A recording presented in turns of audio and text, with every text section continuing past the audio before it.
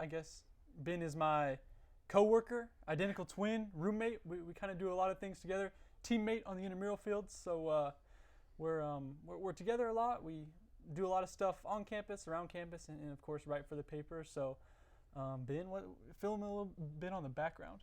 Yeah, we're big sports guys. We both really enjoy doing that. We would listen to Texas Rangers baseball games together growing up as we fell asleep, and now we're essentially doing the same thing 10 years later. So that's awesome. That's one of the things that brings us together. Yeah, that's awesome. So tell me a little bit about your history with writing for the Ocali here at OSU. We both started writing our second semester of freshman year, and kind of started on the sports side. We've dabbled in news a little bit, written stories here and there for news, but mostly on the sports side, been beat reporters for I think every sport but wrestling here. But between the two of us, covering started on cowgirl tennis and did cowgirl soccer, cowboy and cowgirl basketball. We were writing for the football team now, so gotten to have our hands in a little bit of everything and really get a feel for everything here. We really enjoy just being in that newsroom. A lot of our closest friends and mentors are down there. It kind of feels like a fraternity in a lot of ways. I mean, that's where I spend all my time and eat. I've never slept in the newsroom, maybe other than a quick nap, but it feels a little bit like a fraternity. It's probably a good thing you haven't had to stay the night in the newsroom, huh? Because we wouldn't be the first. You wouldn't be. Oh my goodness! You have to be dedicated, right, to work for the Ocali. Or inebriated. Oh, Yeah. okay. Yeah. Very nice. So you've been writing with the Ocali for a long time. Do you guys each have a most memorable story that you wrote for the Ocali, or maybe one that's your favorite?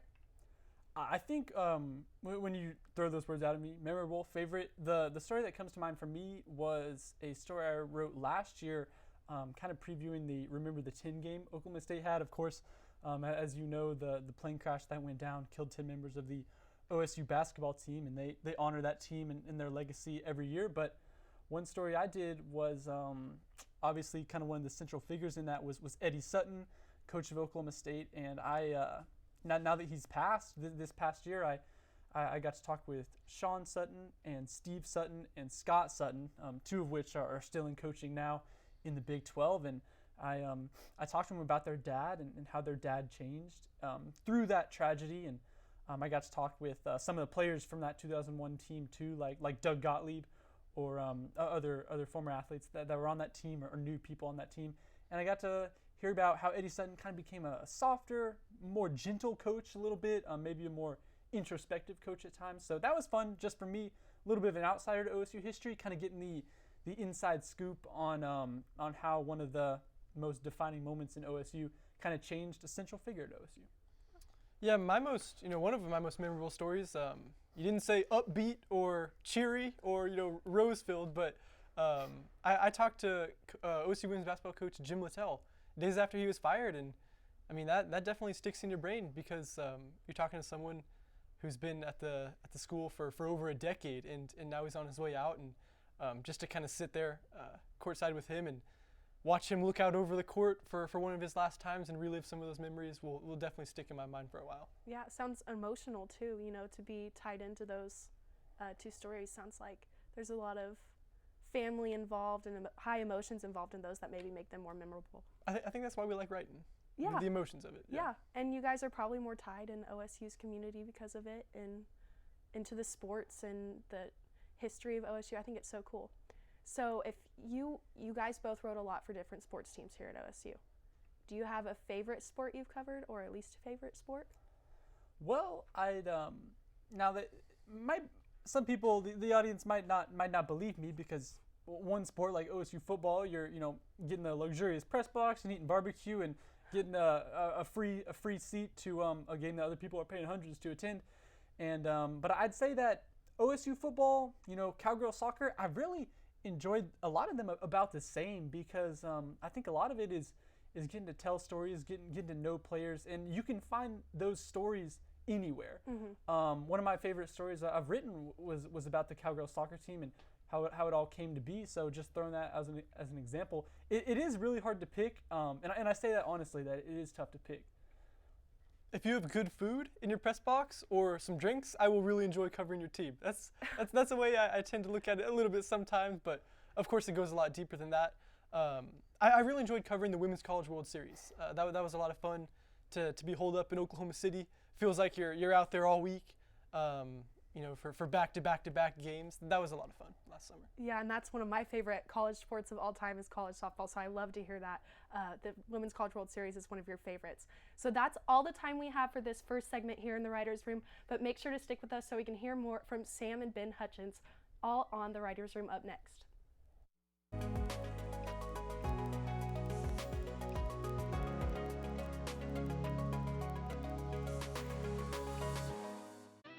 My name is James Remedi. Fired Up Stilly is the name of the business, and I'm one of the owners. We all three met, the three owners, working as employees at a similar place like this. What I hope for is for everybody to feel welcome, like family. Not only do I want students to feel welcome to come here and study and use our free Wi-Fi, but also I want adults and families to be able to come in. We've built a connection with a lot of people, and Stillwater's a big community, so we just want to invite everybody to be able to eventually make their way through our doors. Well, definitely the teas, I would say. Most people fall in love with them. They just got a great amount of energy, gets you going through your day, and it just kickstarts you to get, everything you need to done. For myself, it would just have to be, being the owner, owning something that, is able to impact other people's lives, and, the way we can affect our community is something that I really have always wanted to do. We love our clients and our customers that come through every day, and we enjoy getting to know them.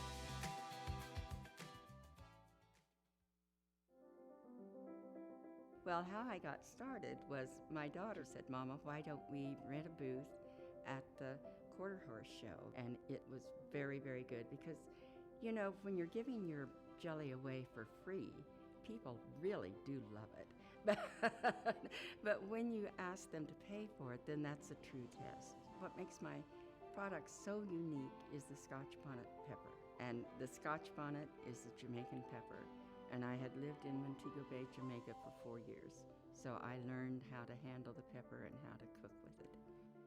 I always say, you don't do this on your own. I mean, you have so many people that help you along the way. For me and for many of us, that's my name on that jar, and it better be good.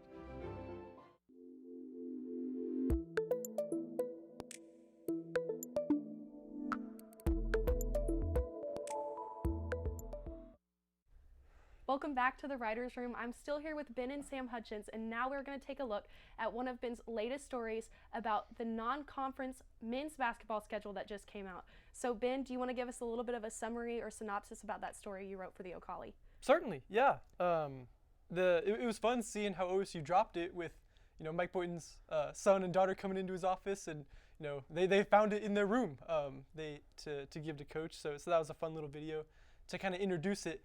But I don't know how journalistically, stylistically sound this is. Some of my professors might groan, but I used the word "oof" in this preview because the OSU non-conference schedule isn't particularly strong. 3 teams on it made the NCAA tournament last year. One was a play-in team, Texas A&M Corpus Christi, a 16 seed, so kind of a tournament team in a lot of people's eyes. Not the strongest. I have 4 bullet points on it though. The toughest road test I think is going to be Virginia Tech in Brooklyn. It's at the Barclays Center, so not a true road environment with a lot of hostile students screaming and yelling at you. But VT was a good team, had a good run in the ACC tournament last year. Sean Padula, that's going to be a fun little thing to watch. VT's point guard, who is a local kid, went to Edmond Memorial and was recruited by the Cowboys. I think OSU was maybe in his top 3 or something. So to see him kind of play against the Cowboys will be a little fun to watch. Bullet point number 2 is the best home game. Fans, if you're looking for tickets or whatever, Ole Miss, January 28th. This is part of the SEC Big 12 Challenge, a series the Cowboys have been about 500 in under Mike Boynton. Ole Miss wasn't very good last year, but they did beat a couple ranked teams in that SEC, so something to watch. Their key stretch is going to be at Oakland, not California, Michigan, the Oakland Golden Grizzlies. Oakland came into GIA and beat the Cowboys last year. So to go to there will be interesting. It's in December. It's going to be freezing. They're going to hop on a plane and go to the Bahamas. I'm sure that'll be a much welcome relief to go play a little 2-game tournament in the Bahamas. So I think that'll be the key stretch. Can you get revenge against Oakland? And can you have some success in a environment like the Bahamas, like a true road trip like that. My last kind of takeaway from this non-conference schedule was a trap game. I think Texas A&M Corpus Christi, we mentioned them as the 16th seed last year in the tournament. That means you can play. You can win your conference. You can win games in a big-time pressure environment. Texas A&M Corpus Christi might be one to watch. Yeah, and you're talking about them. Some of these teams kind of sneak it into the postseason tournament for the NCAA.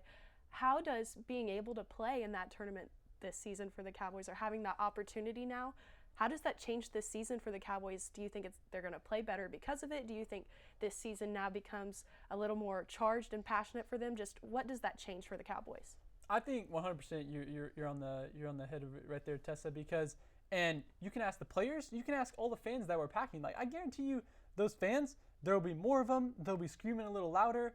The players will want it more because at the end of the day, it matters so much. If you have a chance to make March Madness, that's what every kid on that team wants. If you have a chance to go to Kansas City and win the Big 12 tournament, all that is in the cards now. And even if you have a team like Oklahoma State who, hey, they might not have made the tournament last year anyway, even though they were banned, it's just hard to factor in how much playing for a chance at it truly means. So Mike Boynton yesterday in the season opening press conference mentioned, hey, Big 12, unequivocally, no doubt the best league in the country. Obviously, the reigning national champion Kansas is in the league. Oklahoma State will have 2 chances to knock off the reigning champions. So I think there's enough firepower on this team's schedule, even with what Ben said, a bad non-conference schedule, because the Big 12 is so strong to get in, and the ability to get in will, I think, certainly help Oklahoma State going forward. Yeah. So here in this last minute or so, I have one quick question for you guys. And going into this season, who do you think is going to be the biggest asset on the Cowboys basketball team?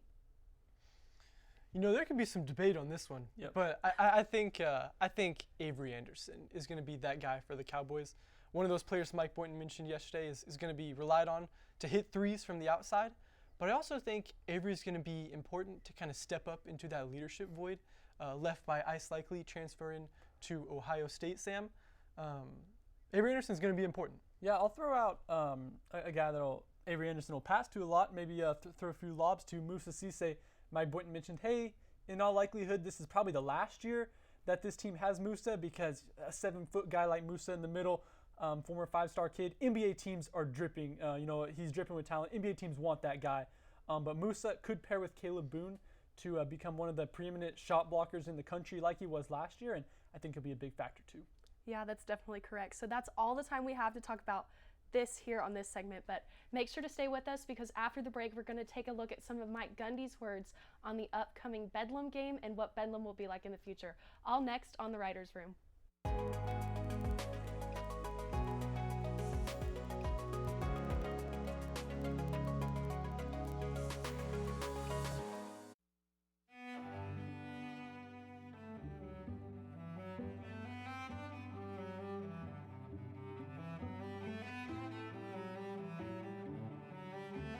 Hi, I'm Shauna here at Where the Buffalo Roam in beautiful downtown Pawnee, Oklahoma. We have a lot of beautiful and unique items for sale in the store, but our number one items are Navajo jewelry, Pendleton blankets, and Consuela.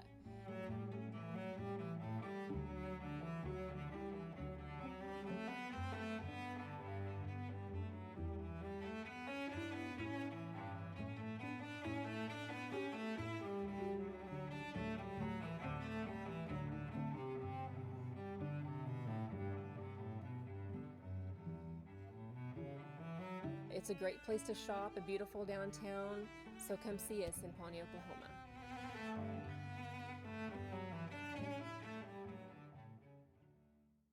Pecans are staple to Oklahoma. In fact, many of our native pecans come from trees that are older than Oklahoma statehood. My father's the one that got us started into the pecan picking. I was probably 10 or 12 years old, and we started off with one little mechanical picker that you pulled behind a four-wheeler. Then we'd go home at night and we'd clean them on a TV tray. I guess watching my dad work hard when we were young, and people started trusting him and getting more and more groves, we just kept growing. Being a relatively new and fresh company, we get to sit in the same room with people who have been a part of the Oklahoma economy for decades. It's opened a lot of doors. It's gave us quite a bit of exposure, and I think people, will take a small company like us a little more serious. We're just going to continue growing as long as our community lets us and our customers keep on buying, and we'll see where it takes us.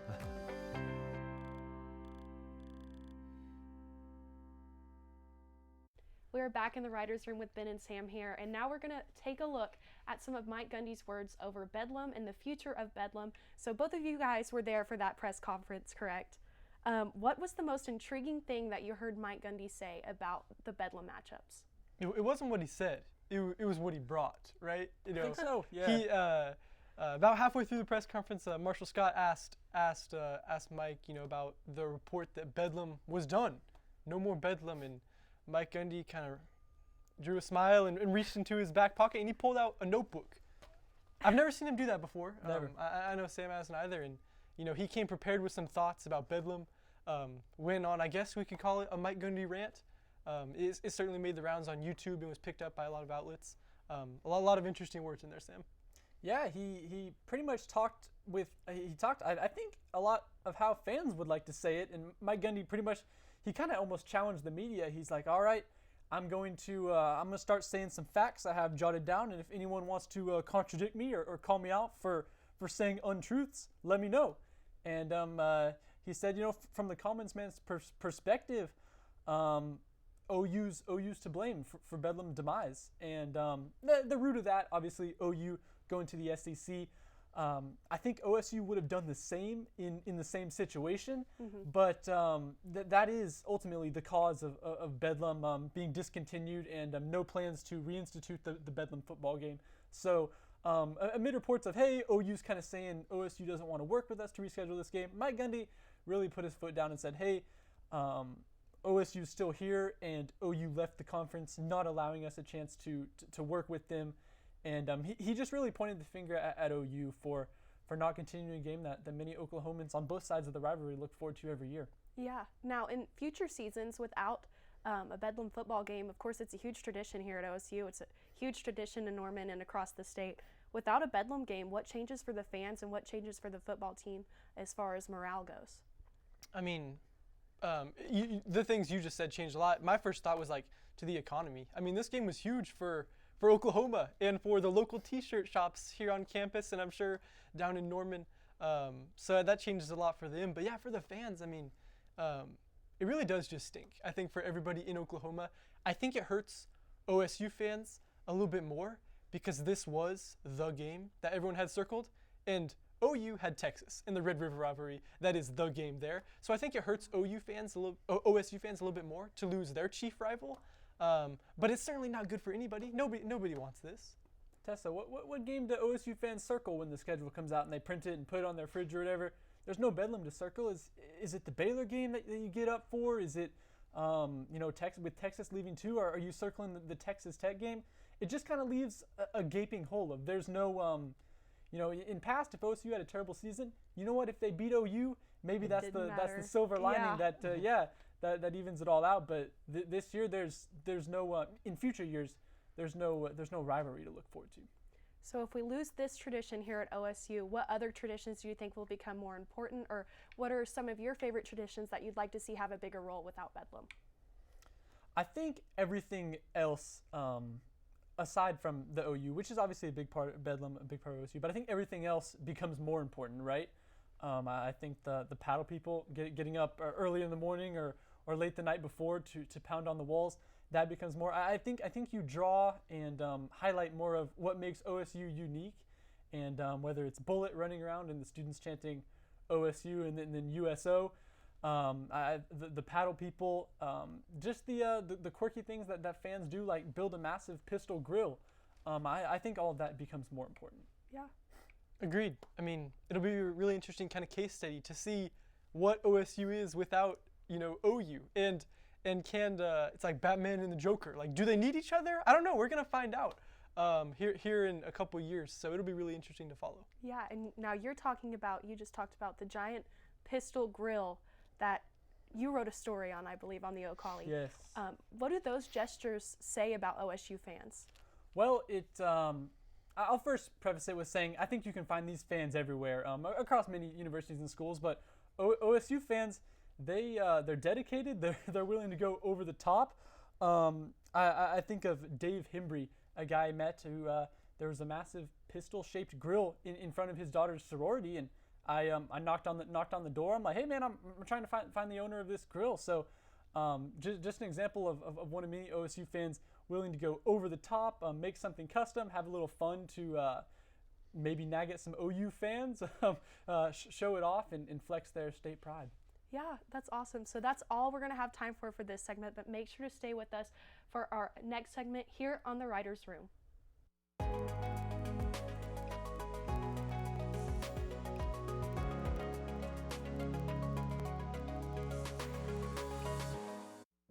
I'm Kristen Hawkins. I went to Oklahoma State University here in Stillwater in 99 to 2004. I've always felt like Stillwater needed more family-friendly things to do, and we have opened up AR Workshop. We do everything from knitting blankets that can be done in a 3-hour class. We create doormats and porch signs, the Christmas wreaths with our yarn that we use for the blankets. We also do, we just started a new project for gnomes. We've done pumpkins during the fall, but our big thing that we do here are interior signs. Our designs are extremely unique to AR Workshop. Customers come in, everything is here for them to do. They create everything. They can be as hands-on as they want. They came in here to relax and have fun, and that they are proud of their project that they've made. Ace in the Bowl Salsa started many, many years ago. I was trying to find a recipe to take to a family gathering, and so I started messing around with different recipes, and I took a little bit from here and a little bit from there, and I came up with a salsa that is truly unique. Ace in the Bowl Salsa is an olive oil-based salsa with tomatoes, green chilies, green onions, and black olives. There's no sugar added, it's gluten-free, low calorie, low carb, low fat, low sodium. So it's a very, very, very good alternative to any snack you may want. As of right now, I'm just looking to be in Oklahoma and having a successful business within the state. If my grandkids could ever take it over when they're old enough, that would be my dream. We are back for our last segment here on today's episode of the Writers' Room with Ben and Sam, and now we're going to take a look at some Big 12 football from this past weekend. So I'm going to talk to you guys about some scores here. K-State beats OU 41-34, which is huge news for us here in Stillwater, and Texas lost 34-37 against Texas Tech. What does that say about the Big 12's state right now? What does that say about college football in the Big 12? Yeah, it took just 1 week of conference matchups to really throw the entire Big 12 preseason polls and all that out the window and have everyone start reevaluating things.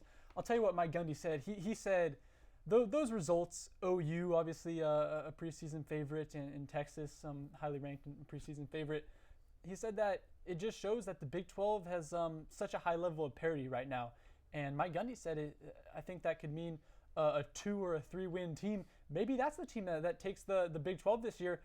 I personally don't think that an undefeated team will win the Big 12, or even Oklahoma State and Baylor, which I guess emerge as kind of the two very early favorites now that OU and Texas had picked up a loss. I don't really see either of those teams going undefeated throughout all of conference play. So I think there will be maybe we get into November and there's still nothing decided in terms of the Big 12 race because the parity is all-time high. Kansas leads the top of the Big 12 right now. So I think a lot of these teams are bunched up in skill level, and there's no one juggernaut going to run this league. Yeah. It does feel like, maybe the Big 12 won't have a college football playoff team this year, but it does really feel like the bottom of the Big 12 is a lot better than it has been in years past. Looking at you, Jayhawks. So I think definitely, Sam said it is bunched up in the middle there. Is that a good thing for the league? I don't know. Is it a bad thing? Maybe. I do think it's bringing a lot of smiles to a lot of athletic directors' faces to see Texas and OU both lose in the same week. as the two teams that are departing for the SEC. I think that was just a fun little note for a lot of people to follow. Do you think these scores from this past week, I know you said Coach Gundy spoke a little bit about it, but do you think these scores from this past week maybe push OSU's players going to Waco this weekend to do better? Do you think this kind of inspires them? How do you think this affects them? I think the answer is yes to that. And players might say no. Players might say, oh, I don't even watch games. I'm so locked into what I do.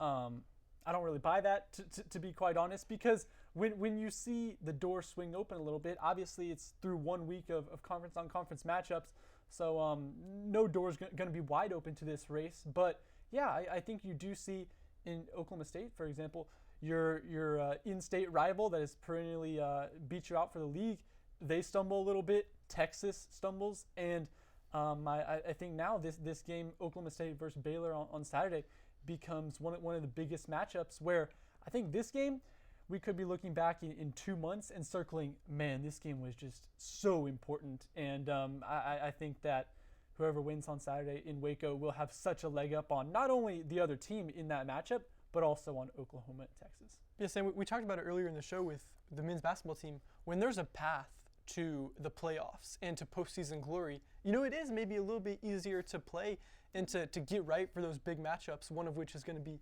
this Saturday in Waco. I think certainly from an OSU perspective, the path to get back to Arlington in the Big 12 Championship in a New Year's Six Bowl is definitely there with these matchups earlier, with those losses. Yeah. So going into this weekend, what do you think is the biggest struggle OSU is going to face against Baylor? I'm curious to see how Blake Shapen does. A lot of OSU fans are going to remember the quarterback who had only started, like 3 games, torching him in that Big 12 championship. I really want to see how the Baylor quarterback, who has played well thus far this season, how he's improved, if he's going to continue to torch, an OSU defense that hasn't really faced a passing game like the one they're going to face on Saturday. Yeah. So that's all the time we have here in the writers' room today, but thank you guys so much for joining us. Make sure to find more of Ben and Sam's work, and of course our other writers on the O'Colly, find their work on O'Colly.com, and we hope to see you guys next week in the writers' room.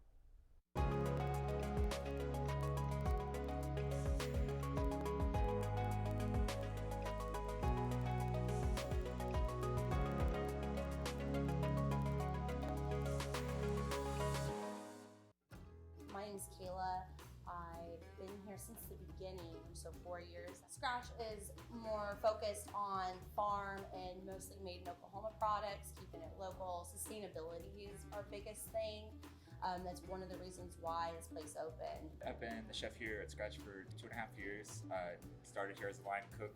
Our food and drinks are a bit separate entities almost inside the restaurant. So the food is now up to 85% of the products we bring in are raised or grown locally. It's all based off of things that I grew up eating in Southern Oklahoma, the things my grandparents ate.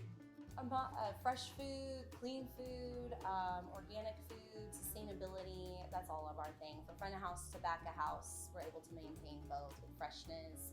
But made in Oklahoma means we get it straight from the farms that are 20, 30 minutes, another little county away. We get it straight from them.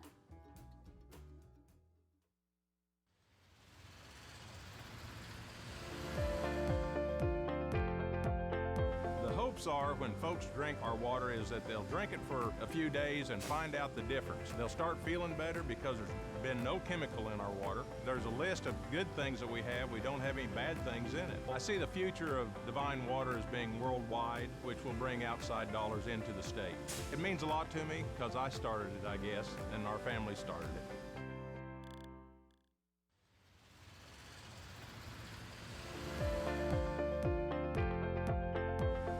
Are when folks drink our water is that they'll drink it for a few days and find out the difference. They'll start feeling better because there's